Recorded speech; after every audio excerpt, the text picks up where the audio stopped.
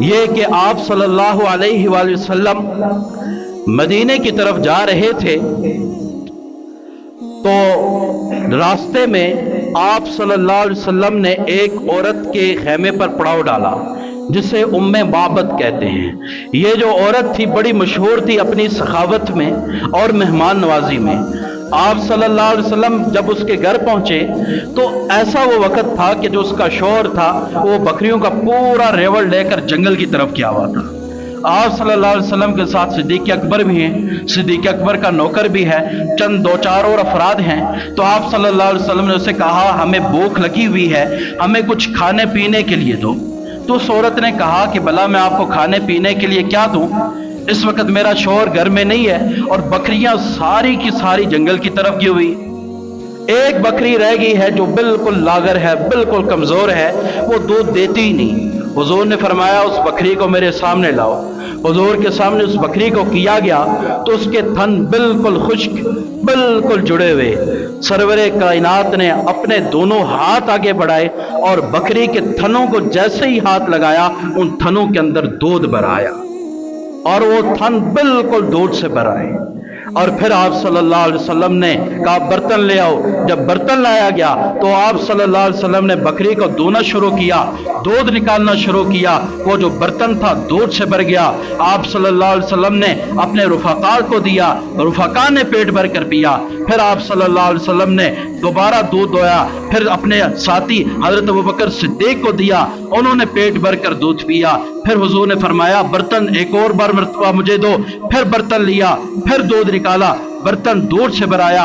آپ صلی اللہ علیہ وسلم نے پیٹ بھر کر دودھ پیا۔ اس کے بعد کہا او ام معبد اپنے گھر کے جتنے خالی برتن ہیں سارے کے سارے لے آؤ۔ ام معبد حیران اور پریشان کھڑی ہے، ہو کیا رہا ہے؟ ام معبد لاتی ہے سارے برتن، حضور ایک کے بعد دوسرا برتن بھرتے جا رہے ہیں اور گھر کے سارے برتن بھرے، دودھ ابھی بھی تھنوں کے اندر اسی طرح بھرا ہوا تھا، ایسا دودھ تھا۔ پھر آپ صلی اللہ علیہ وسلم وہاں سے تشریف لے گئے اور ام معبد کا شوہر تھوڑی دیر بعد آیا۔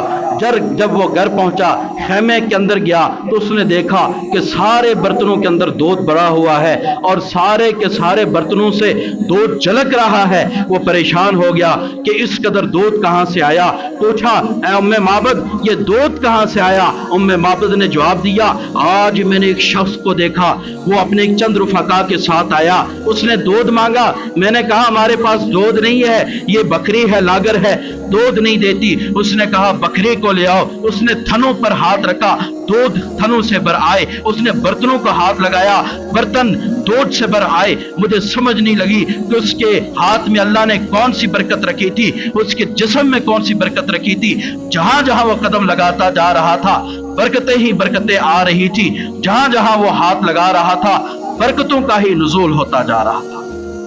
اس نے کہا اچھا مجھے ذرا اس بندے کا حلیہ تو بتاؤ کہ وہ بندہ تھا کیسا۔ اس نے کہا او ہو یہ تم نے کیسا سوال کر دیا۔ جب وہ آیا میں نے اس کی طرف ٹکٹکی باندھ کر دیکھنا شروع کیا اور جب تک وہ گیا برابر میں اسے دیکھتی ہی رہی، اس کے حسن کا مشاہدہ کرتی رہی۔ میں دل ہی دل میں یہ کہتی رہی کتنا حسین و جمیل اس شخص کو میرے رب نے بنایا ہے، کس قدر حسن دیا ہے، کس قدر جمال دیا ہے۔ اگر میں اس کی آنکھوں کی بات کروں تو یہ آنکھوں کی پتلیاں یہ بالکل کالی سیاہ ہیں اور ارد گرد کا ایریا بالکل سفید تھا، نہ کوئی لکیر تھی نہ کوئی داغ تھا، آنکھیں بڑی بڑی تھی۔ جب میں نے اس کی بھووں کو دیکھا تو مجھے یوں لگا کہ اس کی بھویں تراشی ہوئی ہیں اور اس کی بھویں لمبی لمبی ہیں اور اس کی پلکوں کے اندر جب میں نے جھانک کر دیکھا میں نے دیکھا لمبی لمبی پلکیں ہیں۔ یوں لگ رہا تھا جیسے کسی نے خود یہ آنکھیں ڈیزائن کی ہوں، ان آنکھوں کے پپوٹے کسی نے ڈیزائن کیے ہوئے ہوں، ان آنکھوں کی پتلیاں کسی نے خود ڈیزائن کی ہوئی ہوں، یہ بھویں جیسے کسی نے ہاتھوں کے ساتھ بنائی ہوئی ہوں اور یہ جو پلکیں ہیں کسی نے اپنے ہاتھوں کے ساتھ تراشی ہوں۔ آنکھوں کا یہ عالم تھا۔ جب میں نے اس کے چہرے کو دیکھا تو چہرے کو دیکھ کر میں حیران رہ گئی کہ اس قدر حسین و جمیل تھا، نہ چہرہ لٹکا ہوا نہ کمزور، بالکل خوبصورت قسم کا چہرہ تھا۔ میں دیکھ کر حیران رہ گئی۔